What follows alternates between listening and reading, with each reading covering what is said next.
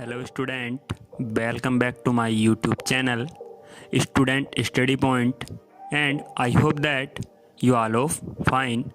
So let's move on to a new topic which is to be just discussed today. So let's start. Hello students, 11th class से जो motion in the straight line चल रहा था chapter, तो उससे कल जो theoretical topic थे वे सारे कंप्लीट हो चुके थे।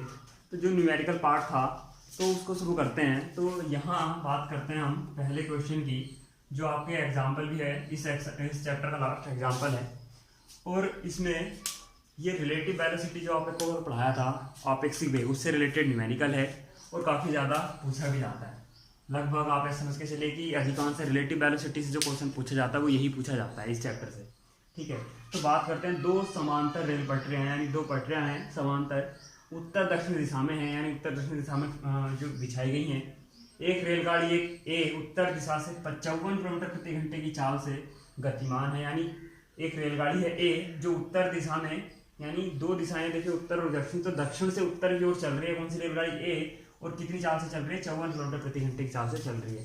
तथा दूसरी रेलगाड़ी बी दक्षिण दिशा में 90 किलोमीटर प्रति घंटे की चाल से चल रही है, यानी दूसरी रेलगाड़ी एक दक्षिण दिशा में, जो दक्षिण दिशा हुई थी यानी उत्तर से दक्षिण दिशा की ओर 90 किलोमीटर प्रति घंटे की चाल से चल रही है। ये वाली वैल्यू उन्होंने दो दे रखी है। उसके बाद उसने तीन पार्ट पूछे हैं इसके। पहला, ए के सापेक्ष बी का आपेक्षिक वेग यानी रिलेटिव वेलोसिटी निकालनी है, किसकी, बी की निकालनी है ए के सापेक्ष। सेकंड है, बी के सापेक्ष पृथ्वी का आपेक्षिक वेग निकालनी है, यानी पृथ्वी की रिलेटिव वेलोसिटी निकालनी है, किसके रिलेटिव में, बी के सापेक्ष में। थर्ड है, रेलगाड़ी ए की छत पर गति की विपरीत दिशा में, यानी जो रेलगाड़ी ए की डायरेक्शन है उसकी अपोजिट डायरेक्शन में दौड़ते हुए उस बंदर के वेग की गणना कीजिए। यानी छत पर कोई बंदर दौड़ रहा है रेलगाड़ी ए की, लेकिन दौड़ किस दिशा में रहा, अगर रेलगाड़ी ए क्या थी देखिए उत्तर दिशा में चल रही थी, तो बंदर की डायरेक्शन क्या हुई, इसका मतलब दक्षिण दिशा में है, जो पृथ्वी पर खड़े व्यक्ति द्वारा देखा जा रहा है। यानी कोई व्यक्ति वहां रेलगाड़ी के पास खड़ा है और वो उस जो बंदर है उसको ऑब्जर्व कर रहा है, यानी उसको देख रहा है।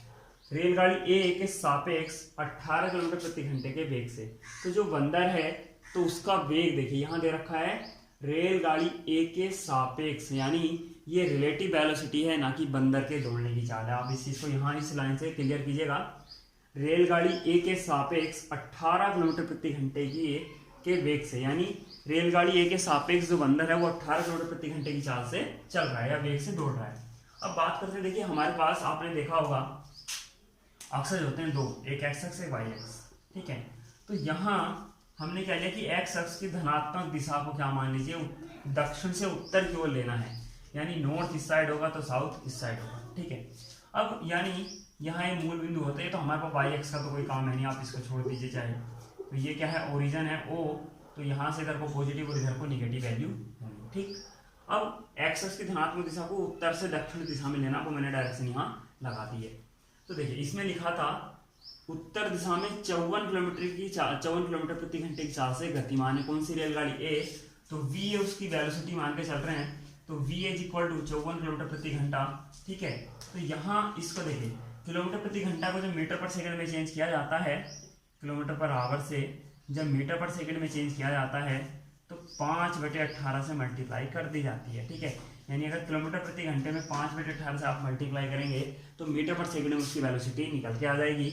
और इसका अपोजिट यदि मीटर पर सेकंड की चाल दे रखी है आपको, और इसमें आप इसकी अपोजिट यानी 18/5 से मल्टीप्लाई कर दें तो किलोमीटर पर आवर में चाल आपकी आ जाएगी।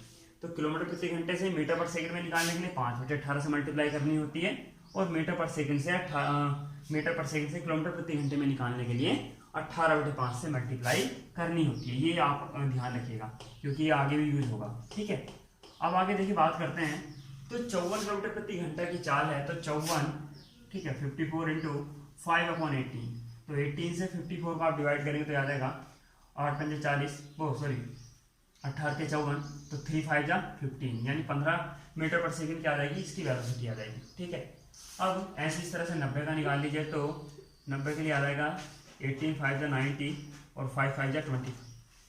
ठीक है, तो यानी दोनों वेलोसिटी आ चुकी हैं। अब देखिए यहाँ आपको माइनस लगा हुआ दिख रहा है, लेकिन ऊपर वाले में माइनस नहीं है, तो उस चीज़ को मैंने आपको बता दिया है कि जो वी ए की डायरेक्शन है, रेलगाड़ी ए की डायरेक्शन में है, वो नॉर्थ की साइड है, तो इसलिए वो पॉजिटिव ली हुई है। लेकिन जो बी वाली गाड़ी है वो दक्षिणी दिशा में गतिमान है, यानी हमारी अपोजिट डायरेक्शन में है ए से, तो इसलिए उसको क्या लिया हुआ है, निगेटिव लिया हुआ है। क्योंकि रिलेटिव वेलोसिटी निकालते हुए डायरेक्शन का ध्यान जरूर रखा जाता है। और एक चीज, अगर कोई सी आप एक डायरेक्शन पॉजिटिव ले रहे हैं तो उसकी अपोजिट डायरेक्शन को आपको निगेटिव लेना होता है। तो अब बात करते हैं, देखिए फर्स्ट खंड में जो उसने पूछा है, ए के सापेक्ष बी का आपेक्षिक वेग, यानी बी का निकालना है ए के सापेक्ष। तो बी का ए के सापेक्ष वेग मैंने आपको बताया था, जिसका निकालना होता है वो ही पहले लिखा जाता है। तो बी का निकालना था तो बी पहले है, जिसके सापेक्ष निकालना वो बाद में है। तो बी वाले में से ही ए वाली की वैल्यू घटा दी जाएगी। तो माइनस के 25 से जब आप 15 घटाएंगे तो कितना आ जाएगा, दोनों माइनस के हो जाएंगे तो कितना आ जाएगा, माइनस के 40 मीटर पर सेकेंड आपका आंसर होगा फर्स्ट खंड का। ठीक है, क्लियर।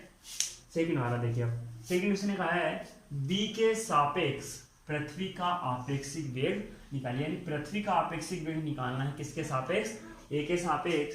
तो यहाँ वी ई वी मैंने इसलिए डिनोट किया हुआ कि ई का मतलब अर्थ से है, v e v is equal to 0 minus v we.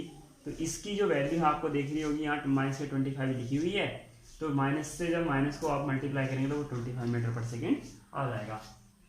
ठीक है, नेक्स्ट है देखिए, ये वाला खंड ज़्यादा इंपॉर्टेंट है, थर्ड वाला। तो रेलगाड़ी एक की छत पर जो बंदा दौड़ रहा था उसकी विपरीत दिशा में, उसकी चाल मैंने आपको बताई दी है, क्योंकि उसकी चाल तो दे नहीं रखी है, रिलेटिव वेलोसिटी दे रखी है रेलगाड़ी ए के सापेक्ष किसकी, बंदर की। ठीक है, तो हम बात करते हैं कि बंदर का जो पृथ्वी के सापेक्ष वेग है वो हम मान लेते हैं वी एम। क्या, वी एम यानी वेलोसिटी ऑफ मंकी। ठीक है, तो अब देखिए ए के सापेक्ष बंदर का जो वेग है वो कितना दे रखा है, 18 किलोमीटर प्रति घंटा। लेकिन मैंने सभी जब वैल्यू जो रखी जाती है वेलोसिटी की, तो वो रखी जाती है मीटर पर सेकंड में। तो इसको किलोमीटर प्रति घंटे को मीटर पर सेकंड में हम चेंज करेंगे, तो यहाँ 18 रखेंगे। कितना रखेंगे, 18। तो 18 से 18 को डिवाइड करेंगे 1, और 1 की 5 में मल्टीप्लाई 5, तो यानी 5 मीटर पर सेकंड की आ जाएगी वैल्यू, आ जाएगी किसकी, यहाँ सोल्व करने के बाद। अब इस वी एम को आप लिख सकते हैं v m minus v a. तो वी एम की वैल्यू तो हमें निकालनी है, वी ए की वैल्यू 15 दे रखी है। तो अब क्या करेंगे हम, देखिए हमारे पास जो ये वैल्यू है, ठीक है, सॉरी ध्यान दीजिए, यहाँ ये अपोजिट डायरेक्शन में है इसलिए यहाँ माइनस आएगा। अब ये -15 हो जाएगा, किस में आ जाएगा, प्लस में। तो जब प्लस में आएगा तो कितनी हो जाएगी, 10। ठीक है, यानी जो बंदर का वेग निकल के आएगा वो कितना निकल के आएगा, 10 मीटर पर सेकेंड। ठीक है, इसके अलावा एक क्वेश्चन की और बात करते हैं। देखिए इसमें हम अवरोधन दूरी वाले सूत्र का यूज करेंगे, इसलिए मैंने क्वेश्चन को लिखा भी है।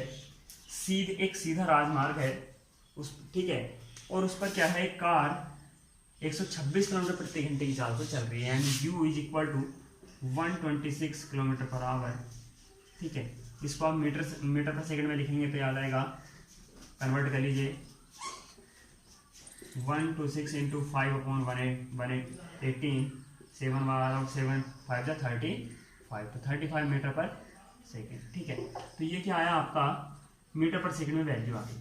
ठीक, अब हमारे पास देखिए उसने कहा कि 200 मीटर की दूरी पर इसे रोक दिया जाता है। तो 200 मीटर की दूरी का मतलब एस मान लीजिए या ds मान लीजिए, तो ds is equal to 200 metre. ठीक है, उसने कहा कार के मंदन को एक समान मानिए। एक समान का मतलब एक समान, जो कह सकते हो आप, रोकने के लिए उसने चाहे ब्रेक लगाए हो किसी कार में या कोई फोर्स लगाया हो, तो उसका जो उससे जो त्वरण उत्पन्न होता है उसको रोकने के लिए वो क्या है, एक समान रूप से उत्पन्न होता है। तो हम उसको मंदन त्वरण के रूप से जानते हैं और उसको हमें निकालना है। तो मैंने आपको सूत्र बताया था, ds बराबर u²/2a। ठीक है, तो यहाँ से आपको वैल्यू निकालनी है a की। तो a इज इक्वल टू कितना आ जाएगा, u²/2 इंटू ds। सोल्व करेंगे आप तो ये आ जाएगा a is equal to u का मतलब 35 का होल स्क्वायर और अपॉन 2 इंटू 200। ठीक है, तो देखिए अब एक चीज और, यहाँ a इज इक्वल टू, इसका अगर आप 35 का वर्ग निकालेंगे तो याद आएगा 1225। ठीक है, और अपॉन 400 डिवाइड करेंगे आप तो लगभग इसका मान आएगा 3.06 के समथिंग आएगा। ठीक है, 3.06 मीटर पर सेकेंड स्क्वायर। तो ये आपका जो मंदन त्वरण उत्पन्न हुआ है वो ये आपका उस कार का होगा। अब उसने कहा कार को रुकने में कितना समय लगा ये और बताना है। तो देखिए जब कार रुक गई तो v का मान कितना आ गया होगा 0। मैंने बोला था जब वस्तु लास्ट में जाके रुक जाती है तो उस टाइम हम v की वैल्यू 0 लेते हैं। यदि वस्तु स्टार्टिंग में रुकी हुई है और वो गति करना प्रारंभ कर रही है तो u की वैल्यू 0 ली जाती है। तो यहाँ फर्स्ट इक्वेशन यूज कीजिए, v बराबर u प्लस ए टी। और यहाँ देखिए मंदन है तो आप ध्यान दीजिएगा मंदन को माइनस ए से रिप्लेस करना पड़ता है, तो इसलिए यहाँ जो a होगा वो माइनस ए से आपको इसको रिप्लेस करना पड़ेगा। तो माइनस ए इंटू टी, और ये कहाँ से आया, फ्रॉम इक्वेशन जो आपके पास गति की फर्स्ट इक्वेशन है, इक्वेशन फर्स्ट, ठीक है। तो ये यहाँ लिख लीजिए गति की फर्स्ट समीकरण से v की वैल्यू 0, u का मान आप रख लीजिए 35, a का मान 3.06 इंटू टी, तो t बराबर आ जाएगा 35 अपॉन 3.06 और वैल्यू आ जाएगी लगभग 11.4 सेकेंड के समय, ठीक है। ये आपका क्या होगा, आंसर है। तो आपको ये दो क्वेश्चन काफ़ी ज़्यादा इम्पोर्टेंट थे इसलिए इनको आपको कराया भी है। तो आई होप कि आपको जो आपके दो न्यूमेरिकल कराए हैं वो समझ में आया हो। थैंक यू फॉर वॉचिंग, और लाइक और सब्सक्राइब का शेयर करना ना भूलें।